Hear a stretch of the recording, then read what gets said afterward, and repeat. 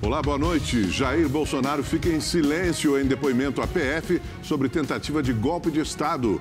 Outros 8 investigados do núcleo político do ex-presidente também foram convocados a depor.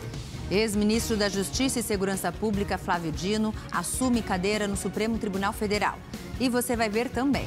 Chuva, alagamentos e deslizamentos matam 8 pessoas no Rio de Janeiro.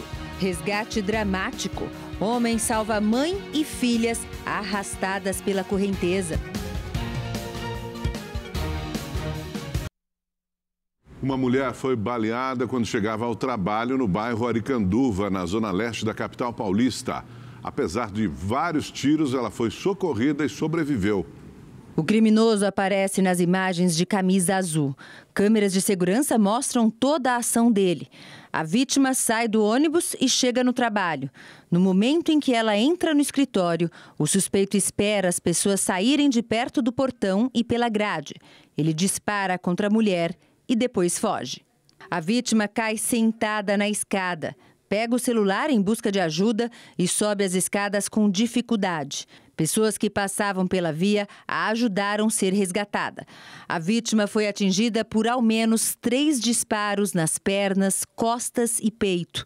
Ela foi socorrida ao Hospital Santa Marcelina, fez cirurgia e está fora de risco. A mulher casou no último final de semana e relatou para a polícia suspeitar que o ex-marido seja o responsável pelo crime. Na casa dele, 8 armas de fogo documentadas foram apreendidas. Ele prestou depoimento, negou envolvimento e foi liberado. A polícia agora está analisando as câmeras de segurança para esclarecer o caso. No Espírito Santo, o incêndio atingiu hoje uma siderúrgica. Os funcionários precisaram deixar o local. Não houve feridos. O incêndio atingiu parte do setor siderúrgico da ArcelorMittal, que fica na Serra, município que pertence à Grande Vitória. Um cabo elétrico pegou fogo. É possível perceber chamas no setor de fabricação de aço. De acordo com a empresa, o sistema de segurança foi acionado e funcionou normalmente. A ArcelorMittal, que vem sendo fiscalizada por órgãos públicos por ser uma das responsáveis pela emissão do pó preto, provocando a poluição do ar na Grande Vitória. No início desse ano, 2 funcionários da ArcelorMittal ficaram feridos depois que uma estrutura metálica caiu. As escolas particulares registraram crescimento no número de matrículas e ultrapassaram o patamar anterior à pandemia. O censo escolar de 2023 mostra que as instituições privadas ganharam 400 mil novos estudantes. Paulo sempre pagou escola particular para os filhos. No final de 2020, período mais crítico da pandemia, ele recorreu ao ensino público.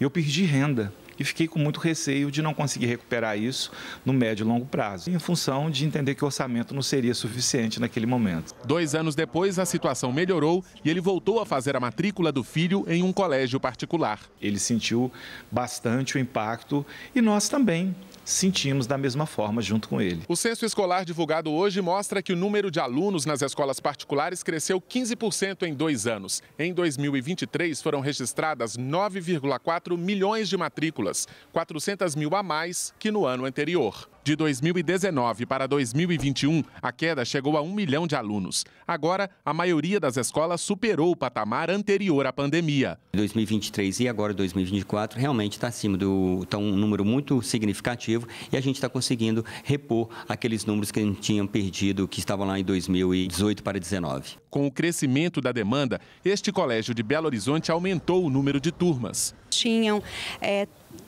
toda a educação, todo o primeiro ciclo do ensino fundamental só pela tarde, então agora ela tem algumas turmas também pela manhã, para ir conformando essa nova chegada de alunos que nos últimos anos não tinha sido observada. Os dados do censo escolar mostram também que 41% das crianças de 0 a 3 anos estavam matriculadas em creches em 2023. O objetivo do governo federal para este ano é 50%.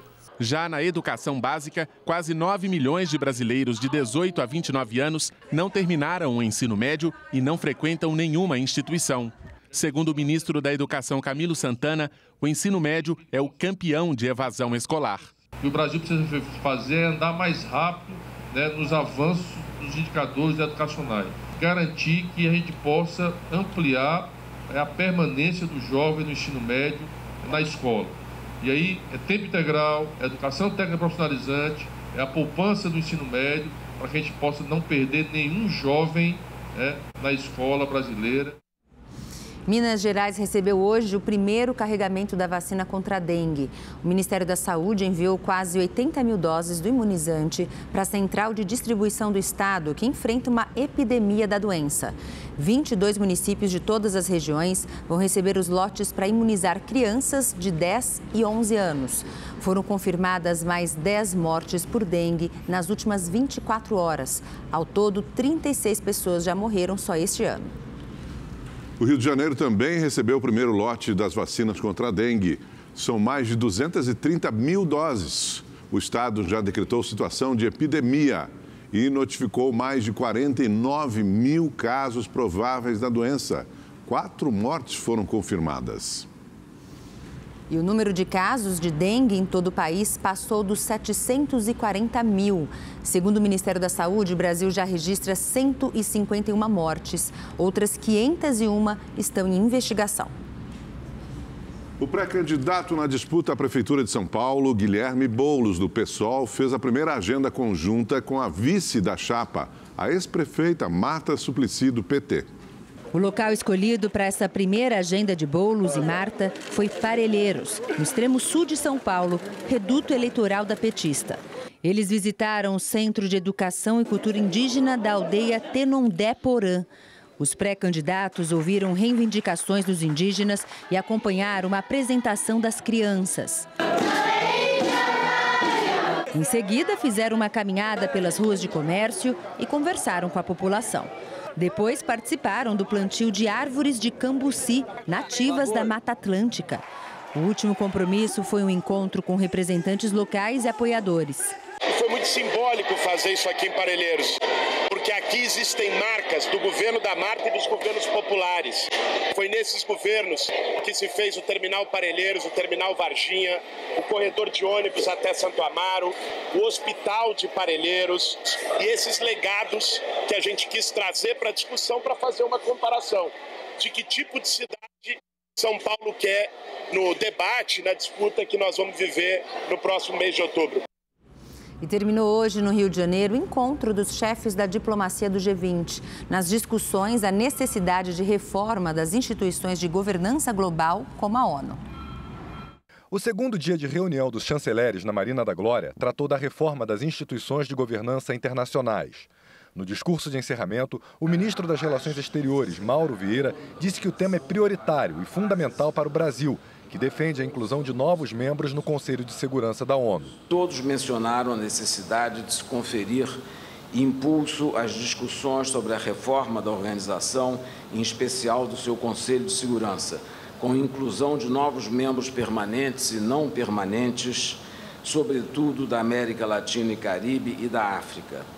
O Brasil defendeu ainda mudanças no Fundo Monetário Internacional e na Organização Mundial do Comércio. Houve grande convergência sobre a necessidade de facilitar acesso a financiamentos aos países mais pobres, bem como sobre a urgência de se aumentar a representatividade do mundo em desenvolvimento em sua governança. As delegações presentes também aprovaram a proposta brasileira de um segundo encontro de chanceleres do G20 para tratar das reformas. A nova reunião foi marcada para setembro, quando também acontece a Assembleia Geral das Nações Unidas. Será a primeira vez em que o G20 se reunirá dentro da sede das Nações Unidas, em sessão aberta para todos os membros da organização, para promover um chamado à ação em favor da reforma da governança global. O ministro das Relações Exteriores também comentou sobre a reunião de ontem, quando foram debatidas as tensões internacionais em andamento no mundo. Ele destacou que vários países reafirmaram a condenação da guerra na Ucrânia, manifestaram preocupação com o alastramento dos conflitos no Oriente Médio a partir da ação israelense na Palestina e defenderam a liberação de reféns pelo Hamas. Muitos países também voltaram a pedir um cessar-fogo na região. Muitos se posicionaram contrariamente à anunciada operação de Israel em Rafah, pedindo que o governo de Israel reconsidere e suspenda imediatamente esta decisão. E o presidente Lula está, nesse momento, reunido com líderes de partidos políticos no Palácio da Alvorada para tratar de articulação política. O repórter Igor Damasceno acompanha de perto e tem mais informações para a gente, né, Igor? Boa noite para você.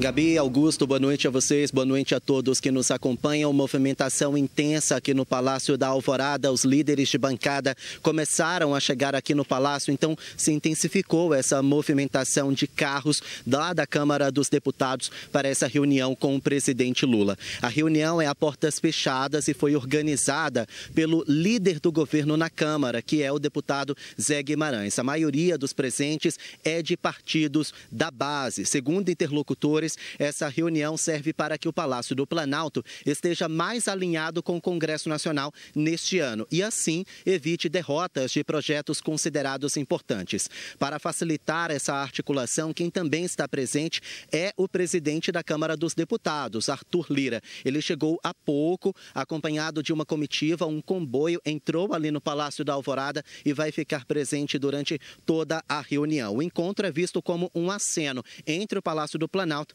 e também a Câmara dos Deputados. Temas como a desoneração da folha de pagamento estão sobre a mesa, segundo me contou esse interlocutor. O governo vai tirar a reoneração de 17 setores da economia e encaminhar em projeto de lei, como forma de projeto de lei, que deve tramitar no Congresso Nacional em caráter de urgência. O presidente da Câmara dos Deputados quer que o mesmo aconteça com as mudanças no PERSE, que é o Programa de Socorro ao Setor de Eventos. Outro tema polêmico que também deve ser discutido nessa reunião com o presidente Lula é o veto presidencial de 5 bilhões de reais das emendas de comissão. Arthur Lira criticou esse veto do presidente Lula e agora esse assunto também deve ser discutido. Esse, inclusive, foi um dos principais motivos para as rusgas entre o Congresso Nacional e o Palácio do Planalto. A reunião começou há pouco, há cerca de 10 minutos. A movimentação se intensifica aqui. A qualquer momento posso voltar com novidades sobre esse encontro de líderes de bancada com o presidente Lula. Gabi, Augusto. Agora, Igor, aproveitando você aí, mais cedo o presidente Lula esteve no Supremo Tribunal Federal, para acompanhar a posse do ministro Flávio Dino no STF. Como é que foi a cerimônia?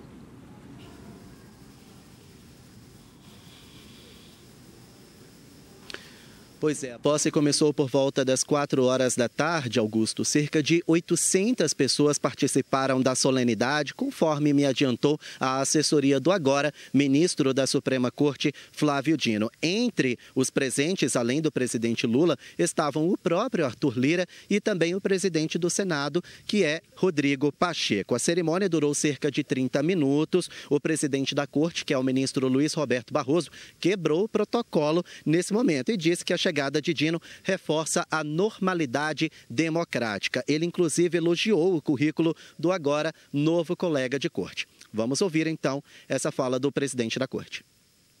Um homem público que serviu ao Brasil em muitas capacidades e nos 3 poderes. E, na verdade, a presença maciça nesse plenário de pessoas de visões políticas as mais diversas apenas documentam como o agora ministro Flávio Dino é uma pessoa respeitada e querida pela comunidade jurídica, política e pela sociedade brasileira. E a presença maciça de todas as pessoas, de todas as visões aqui também documentam a vitória da democracia, da institucionalidade e da civilidade.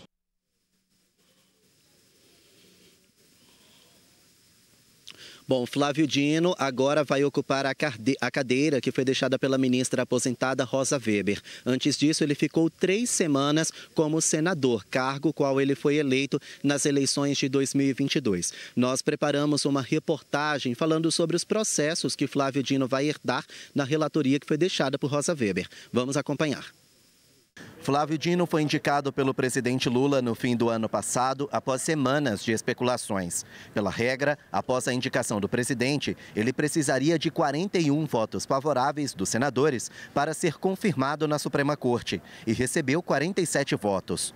O novo ministro do STF vai herdar a relatoria de 341 ações que eram de sua antecessora, a ministra Rosa Weber, que se aposentou.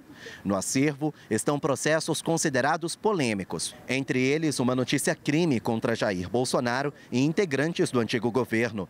Partidos políticos acusam o ex-presidente de incitar aglomerações durante a pandemia de Covid-19, além de incentivar apoiadores a não se vacinarem contra o coronavírus. Outro processo é a validade do indulto natalino concedido por Bolsonaro. O então presidente beneficiou todos os condenados à prisão por crimes não violentos, cuja pena máxima prevista no Código Penal fosse inferior a 5 anos de prisão. Antes de assumir uma das 11 cadeiras da Suprema Corte, Flávio Dino foi ministro da Justiça, senador, deputado e governador do Maranhão. Ele é formado em Direito pela Universidade Federal do Maranhão e mestre em Direito Constitucional pela Universidade Federal de Pernambuco. Também atuou como juiz federal por 12 anos. Como ministro da Justiça, Flávio Dino foi responsável pela indicação de Ricardo Capelli para assumir a segurança pública de Brasília após os ataques antidemocráticos de 8 de janeiro. Ele sempre fez duras críticas aos extremistas. Isso é terrorismo, é golpismo.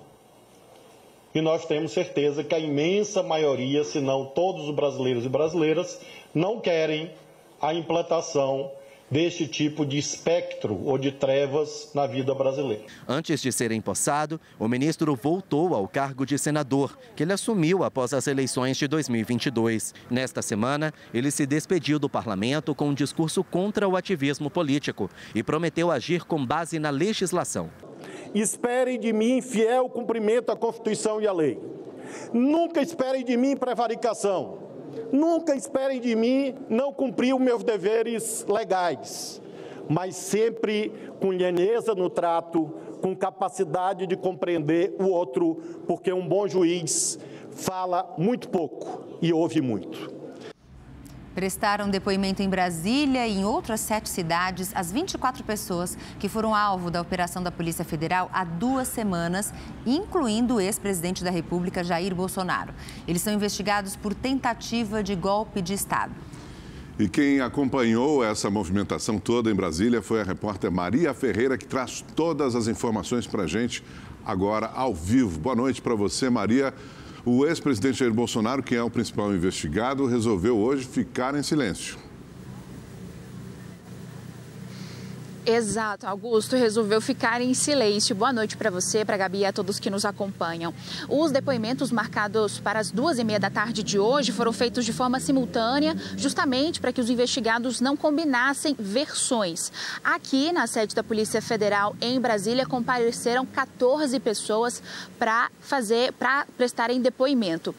Entre elas, o ex-presidente Jair Bolsonaro, que ficou apenas 20 minutos aqui, depois foi embora porque decidiu ficar em silêncio. O ministro Alexandre de Moraes, do STF, negou por 3 vezes pedidos da defesa de Bolsonaro para que o depoimento de hoje fosse adiado. E aí, a defesa de Bolsonaro disse que eles não tiveram acesso a todos os elementos da investigação e, por isso, o ex-presidente decidiu ficar em silêncio. Vamos ouvir o que disse a defesa.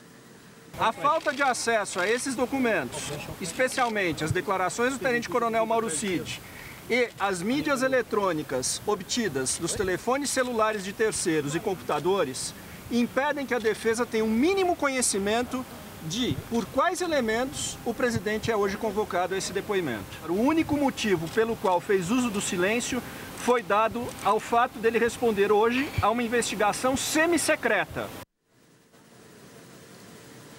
Além de Jair Bolsonaro, também ficaram em silêncio o ex-ministro substituto da Secretaria-Geral da Presidência, Mário Fernandes, Braga Neto, e também o oficial do Exército, Ronald Ferreira.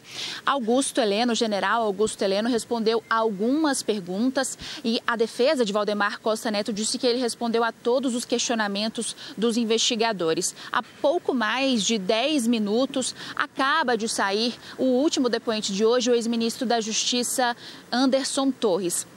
Por meio de nota, a defesa dele disse que Anderson respondeu a todos os questionamentos. E, além de Brasília, também foram marcados depoimentos para outras 7 cidades do país. Essas oitivas de hoje fazem parte das investigações da operação que a Polícia Federal deflagrou há 2 semanas atrás. Vamos relembrar na reportagem. A reunião realizada no Palácio do Planalto em julho de 2022, sob o comando do ex-presidente Jair Bolsonaro, é uma das provas da Polícia Federal. Os investigadores apuram um suposto plano de golpe de Estado para manter Bolsonaro no poder e impedir a posse do presidente Lula, que incluía notícias falsas sobre as urnas eletrônicas, incitação ao golpe, a participação de militares e o uso da Agência Brasileira de Inteligência para monitorar o passo a passo de adversários políticos. No último dia 8, a PF apreendeu o passaporte de Bolsonaro ao cumprir mandados de prisão e de busca e apreensão contra 24 pessoas, entre elas o ex-presidente, ministros e assessores do governo anterior, como Anderson Torres, o general Augusto Heleno e Walter Braga Neto. No dia da operação, a Polícia Federal prendeu o ex-assessor especial de Bolsonaro, Felipe Martins, o coronel do Exército, Marcelo Câmara, o major das Forças Armadas Especiais do Exército, Rafael Martins, e Bernardo Romão Correa, coronel do Exército. Os policiais também investigam o presidente do partido de Bolsonaro, Valdemar Costa Neto, preso em flagrante por estar com uma arma sem registro e uma pepita de ouro. Valdemar deixou a prisão 2 dias depois. Na sede do Partido Liberal, na sala de Jair Bolsonaro, a polícia encontrou o rascunho de um discurso com a justificativa para decretar estado de sítio e pedir a GLO, ação militar que reúne as Forças Armadas em graves situações de perturbação da ordem. As investigações aproximam o ex-presidente dos crimes de golpe de Estado e abolição violenta do Estado Democrático de Direito e avançaram depois da delação premiada do ex-ajudante de ordens de Bolsonaro, Mauro Cid. E a gente conversa ao vivo agora com o nosso comentarista Kennedy Alencar. Kennedy, boa noite para você. Qual que é a importância desses depoimentos de hoje? A gente viu na reportagem há pouco que Bolsonaro se manteve em silêncio, né? Não falou, mas o Valdemar Costa Neto, que é o presidente do PL, e o Anderson Torres decidiram responder as perguntas, né? Olá, Gabi. Boa noite para você, para o Augusto que está ao teu lado, para quem está nos assistindo. Gabi, ficar em silêncio é um direito constitucional, portanto, o Bolsonaro está correto aí. Ele ainda não sabe de algumas partes da investigação, o advogado dele se queixa, diz que é uma investigação semi-secreta e que não teve acesso a dados da investigação. Aí o advogado está mentindo, porque é uma fase agora em que não há uma denúncia contra o Bolsonaro. Ele não é réu, ele não está respondendo ao processo.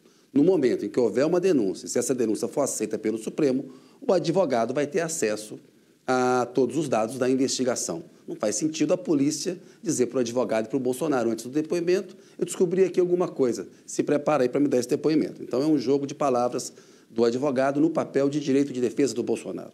O advogado chega a fazer uma piada, dizer que o Bolsonaro nunca se envolveu com o golpismo. As provas são evidentes, a gente viu as imagens daquela reunião e os discursos do Bolsonaro incentivando um golpe de Estado. Então, a importância é o cumprimento das etapas do devido processo legal. Estão sendo oferecidas ao Bolsonaro todas as garantias individuais que a democracia que ele queria destruir oferece a investigados, a criminosos. No caso do Valdemar da Costa Neto e do Anderson Torres, que decidiram responder, temos que ver qual que é o nível de colaboração que eles estão dispostos a dar. Se eles disseram nessas respostas, contribuíram para as investigações, ajudam a avançar, ou se ficaram meramente na defesa. O Valdemar da Costa Neto e o Anderson Torres já estão entendendo que o Bolsonaro deixa as pessoas pelo caminho, como deixou o Mauro Cid. Portanto, nesse caso, a importância é também ver o que eles podem trazer para o avanço das investigações. Gabi Augusto. Kennedy, queria aproveitar você também, que hoje foi a posse do Dino no Supremo, né? E foi muito prestigiado por vários políticos de diversas tendências. Qual o significado disso para um político que sempre teve uma carreira política na esquerda brasileira? O Augusto, é um significado de respeito à biografia do Dino e da capacidade de diálogo dele ali. Havia políticos das mais diferentes ideologias ali, até adversários políticos do Dino estiveram presentes na cerimônia. Então, isso é importante, que mostra que o Dino ele tem uma biografia que precede a chegada dele ao Supremo. Muitos ministros que chegaram no Supremo, Augusto, não tinham uma biografia. E lá decidiram fazer essa biografia importante, contrariando muita coisa que defendia. É importante que chegue alguém que tem peso. O Dino tem conhecimento jurídico, conhecimento político, vai melhorar o Supremo. E ele já disse que vai atuar com isenção, imparcialidade, vai, eventualmente, se o Bolsonaro for denunciado, responder a um processo no âmbito do Supremo, julgar o Bolsonaro e ter uma investigação importante que ele herda da Rosa Weber, a ministra que saiu e que foi substituída pelo Dino, que é uma investigação dos crimes que o Bolsonaro cometeu na pandemia. A gente tem falado muito, Augusto, dos crimes que o Bolsonaro cometeu contra a democracia brasileira, mas não podemos esquecer o que ele fez durante a pandemia, as 700 mil mortes, boa parte delas responsabilidade de um presidente que negava a vacina, um presidente negacionista. E o Dino está com esse processo. Então, é um processo importante e eu creio que o Dino é uma boa escolha para o Supremo. Ele tem 55 anos, pode ficar lá até 2043, está para fazer 56. Creio que será um bom ministro, engrandece o Supremo Tribunal Federal, Augusto e Gabi. Tá certo. Obrigada, Kennedy. Boa noite para você. E o ex-secretário executivo do Ministério da Justiça, Ricardo Capelli, tomou posse como presidente da Agência Brasileira de Desenvolvimento Industrial. Capelli assume a função convite do vice-presidente e ministro da Indústria, Geraldo Alckmin. Também participaram da cerimônia o presidente do BNDES, Aloysio Mercadante, a ministra do Planejamento, Simone Tebet, e o presidente da Federação das Indústrias do Distrito Federal, Jamal Jorge Bittar. O novo presidente da ABDI defendeu o aumento de investimentos públicos na indústria nacional. E hoje, no dia em que tomou posse na ABDI, Ricardo Capelli é o convidado de Kennedy Alencar no programa É Notícia. Durante a entrevista exclusiva ao programa, o novo presidente da Agência Brasileira de Desenvolvimento Industrial explicou os desafios do novo cargo e disse que o Brasil não teve política industrial no último governo.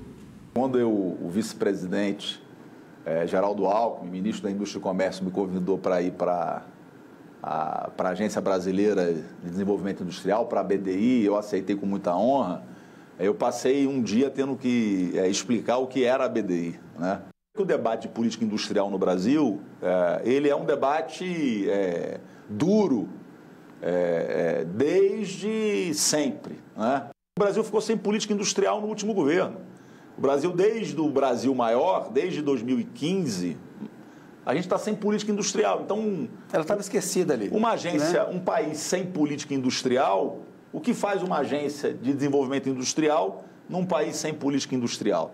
Então, agora foi relançada uma nova Indústria Brasil e o nosso foco na BDI vai ser enfrentar e auxiliar o Ministério do Desenvolvimento, Indústria e Comércio, o BNDES, a FINEP, eu tive com o Mercadante, tive com o presidente Pancera também, a superar justamente alguns desafios. Então, a gente na BDI vai trabalhar nisso, em conjunto com o BNDES, com a FINEP, com o MIDIC, com o MCTI, em ajudar a estabelecer metas concretas, fazer avaliação de impacto desses 300 bilhões que vão ser investidos, quais são os resultados, o que isso vai significar de adensamento nas cadeias produtivas. Então, essa é uma primeira missão nossa.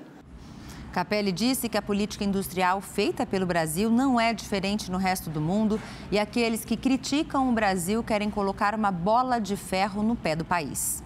O que o Brasil está fazendo não é nada fora do que o mundo inteiro está fazendo.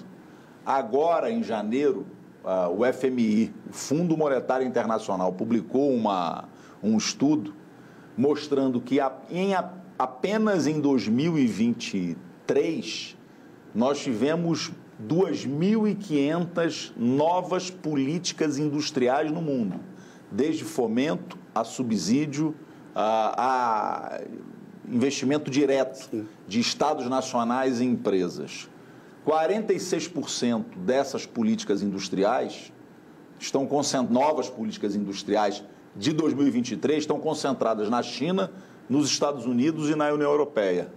E esses países concentram 70,9% das medidas de política industrial que estão tendo impacto direto no comércio internacional, nas exportações. Então, primeiro dizer que o que o Brasil está fazendo é o que o mundo inteiro está fazendo.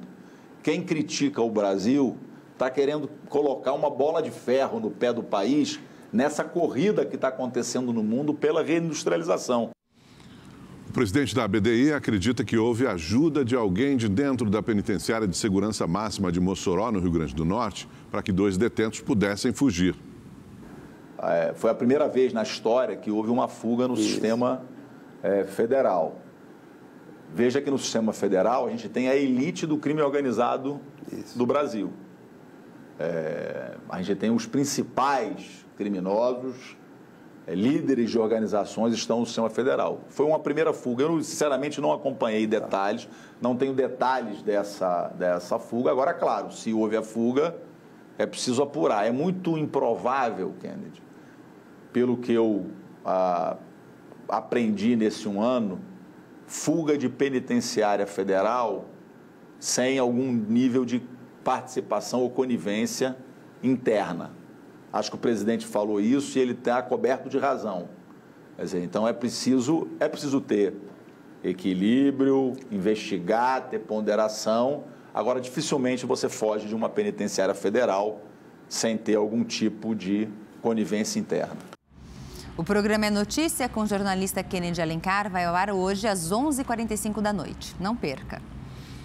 Subiu para 8 o número de mortos por causa das chuvas no Rio de Janeiro. O repórter Fábio Barreto está em Nova Iguaçu, na Baixada Fluminense, um dos municípios mais atingidos pelo temporal, e traz agora ao vivo todas as informações para a gente.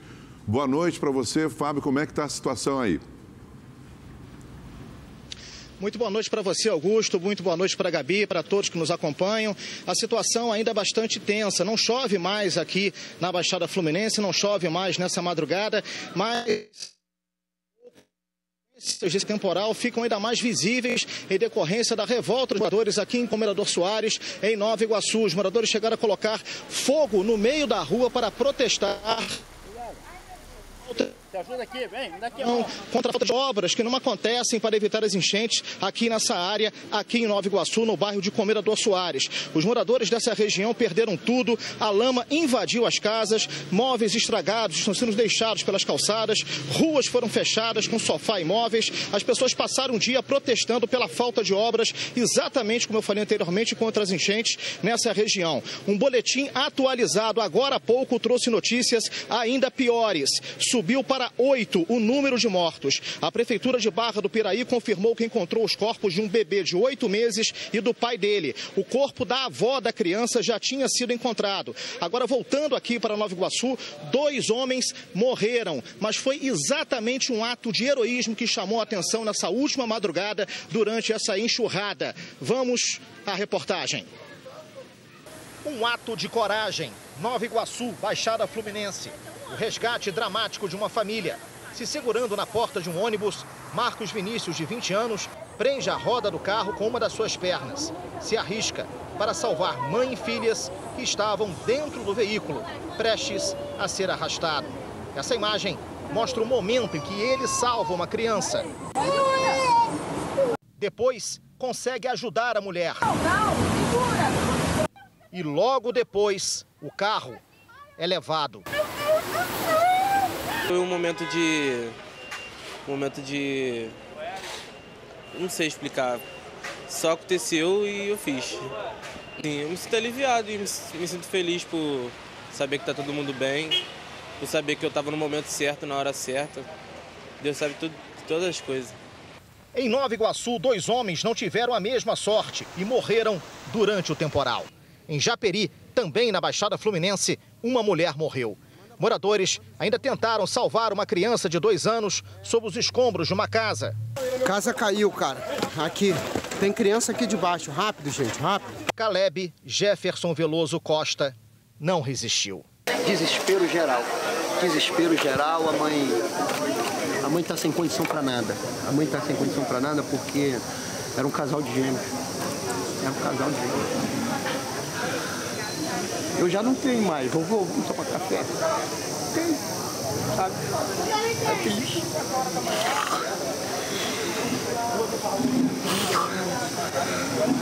Esse outro registro traz cenas impressionantes. A força da água levou a banca de jornal e arrastou carros. Os alagamentos tomaram conta da região, deixando prejuízos incalculáveis. Destrói tudo, a gente vai, compra tudo, daqui a pouco destrói tudo. No dia vem todo mundo, né, das eleições, procura, a gente vota tudo. Mas, infelizmente, é isso aí que você está vendo, a realidade. Em Barra do Piraí, na região sul do estado, uma mulher também morreu por causa da chuva. A BR-393, que liga as cidades de Barra Mansa e Além Paraíba, em Minas Gerais, também foi interditada após um trecho desabar. Nesse cenário de reconstrução, agora, pelo menos no final da tarde, aqui em Nova Iguaçu, na Baixada Fluminense, a chuva voltou a ameaçar. E também em outras regiões da Baixada e Metropolitana. O município continua em estado de alerta máximo. O último boletim da Defesa Civil soma 41 ocorrências, com 50 famílias desalojadas. Em Japeri, o Gabinete de Crise e de Gestão decretou estado de calamidade pública. E até o momento já foram somados no município 5 quedas de barreira, 4 deslizamentos, 7 desabamentos e 40 desalojados. Enquanto limpam a bagunça provocada pelo temporal, moradores lidam com o medo de que mais estragos aconteçam nas próximas horas. É muita tristeza mesmo, porque a maioria dos funcionários aqui perderam tudo em casa. Ela perdeu tudo, tem umas 6 funcionários, todo mundo perdeu tudo. Então, a gente precisa hoje limpar tudo para amanhã voltar a trabalhar. 50 anos que moro nessa área aqui, nunca aconteceu isso, nunca. Mas um dia acontece, né? Muito triste, né, tudo isso. Olha, a gente vai saber como é que vai ficar o tempo para todo o Brasil com Igor Silveira. Igor, boa noite para você. Ainda tem previsão de chuva para amanhã? Boa noite, Gabi. Boa noite, Augusto. Boa noite para você que está em casa. Pois é, amanhã ainda tem previsão de chuva sim, viu? A combinação entre umidade e calor forma nuvens carregadas e aí não tem jeito, chove mesmo. Essa chuvarada é mais carregada e volumosa. Em partes do centro-oeste, do nordeste ainda chove bastante amanhã e também do sudeste. Olha, a tempestade que caiu ontem no Vale do Paraíba deixou ruas alagadas. As cidades de Guaratinguetá e São Bento do Sapucaí decretaram situação de emergência por causa da forte chuva. Em 24 horas, choveu mais de 100 milímetros por lá. Amanhã em São Paulo esquenta, mas pode chover no período da tarde. A máxima pode chegar aos 30 graus amanhã e também no sábado e 28 graus no domingo. No restante do sudeste, tempo abafado e também com previsão de chuva. No Rio de Janeiro, a máxima pode chegar aos 31 graus e a chuva lá ainda pode ser forte e volumosa. E aí tem risco de alagamentos e deslizamentos de terra. Em Belo Horizonte, 27 graus e em Vitória, no Espírito Santo, 31 graus amanhã. Já no sul do país, o sol aparece, esquenta pela manhã, mas à tarde chove. Em Porto Alegre, a máxima pode chegar aos 34 graus. Já na região norte, o sol está garantido, viu? Em Manaus, os termômetros registram 36 graus amanhã, viu? Gabi, Augusto. Perfeito, obrigado, Igor. Boa noite para você. O presidente da Enel, Max Xavier Lins, disse hoje, durante a CPI, que o trabalho para restabelecer a energia após o temporal de novembro foi bem sucedido. Na época, milhares de consumidores ficaram mais de 5 dias sem energia. A Simone é dona desse restaurante na Zona Sul de São Paulo há quase 4 anos. Durante o apagão do ano passado, o estabelecimento dela ficou sem luz 3 dias. A casa ela realmente enche na sexta, sábado e domingo. Então, por não abrir, deixei de faturar esses 3 dias. No total, aí chegou em torno de uns 23, 24 mil. O temporal, com ventos de mais de 100 quilômetros, atingiu a Grande São Paulo e deixou 2 milhões de pessoas no escuro. Milhares de consumidores ficaram mais de 5 dias sem energia e até agora a Enel não tocou no assunto ressarcimento. Devido ao prejuízo de consumidores como a Simone, o prefeito de São Paulo, Ricardo Nunes, chegou a pedir a suspensão de contrato com a Enel.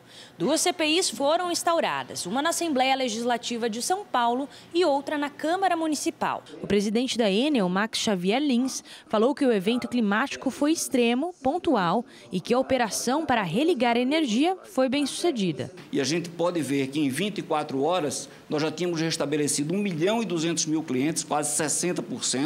Com 48 horas, 1.800.000 clientes restabelecidos, 88%, e com 72 horas, 97% dos clientes. A gente entende a dor e o transtorno de cada um desses cidadãos que ficou sem energia. Agora, o grosso disso aí, haja visto essa magnitude, eu diria que, tecnicamente, foi uma operação bem sucedida de restabelecimento.